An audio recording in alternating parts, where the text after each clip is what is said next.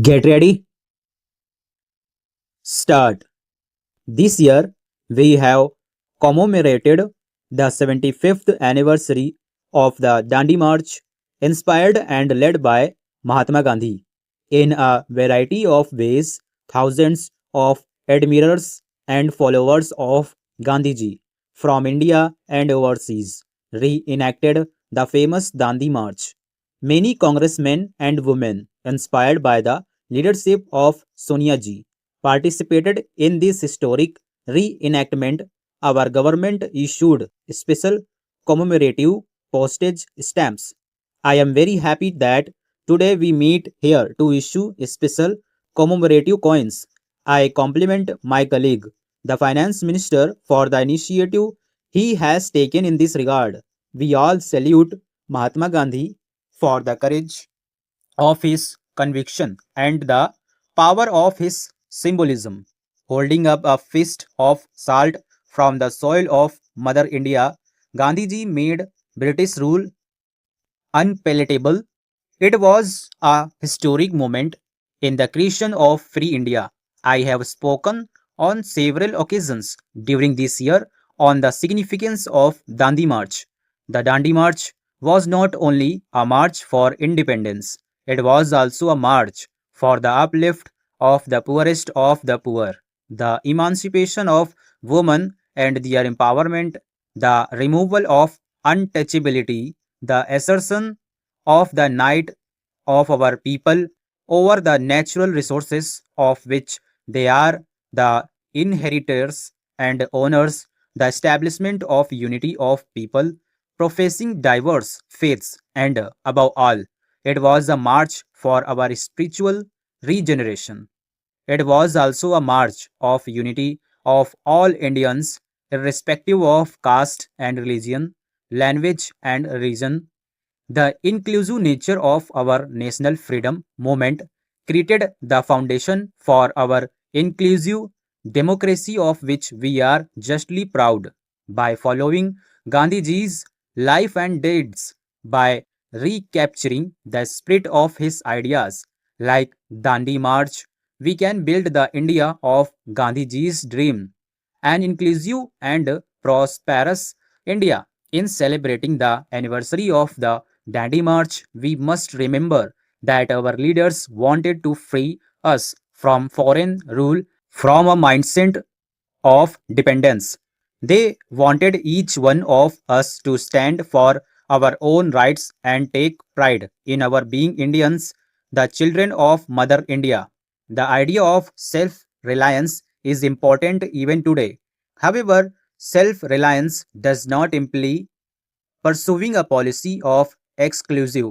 It does not mean cutting ourselves away from the world. Self reliance in the modern world implies the ability to pursue one's interests with self confidence and faith in one's own capabilities. Let me begin by expressing my sincere gratitude to my leader and to each one of you for this interaction. We are here to take stock of the implementation of some key promises we made to the people while seeking their mandate. We were returned to power at the center not just on a wave of resentment against the NDA, but equally on a wave of hope and faith in our ability to provide a government that cares. It was a positive vote for a secular and a liberal government, a forward looking and modernizing government, an inclusive and transparent government.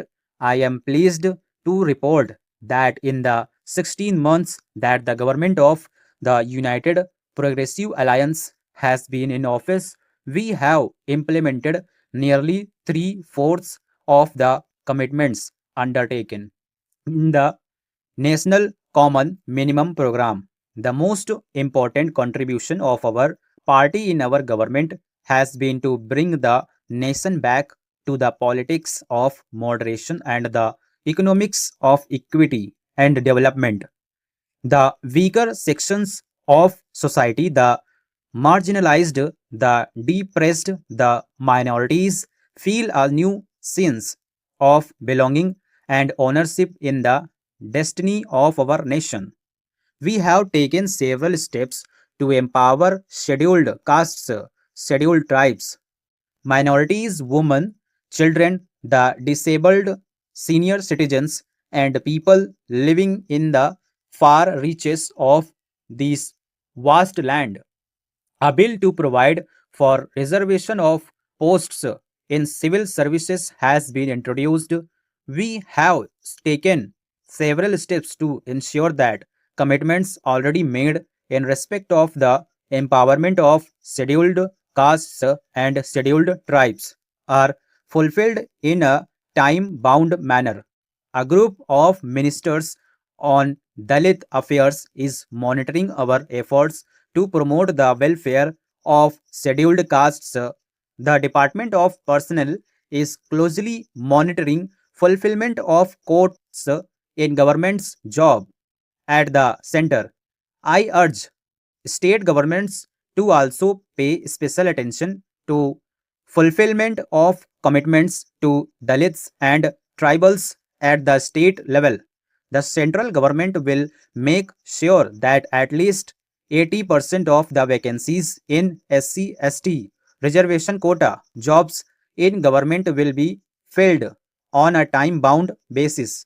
Scholarships for higher education for SC/ST students have been significantly increased. A level committee is putting together information on the social and economic status of the minorities in India. We have also taken steps to economically and socially empower the minorities and widen education and empowerment opportunities for SCs, STs, and minorities in the private sector. We propose to come forward with a new 15-point program for the welfare of minorities with specific timelines and targets in the future. Stop.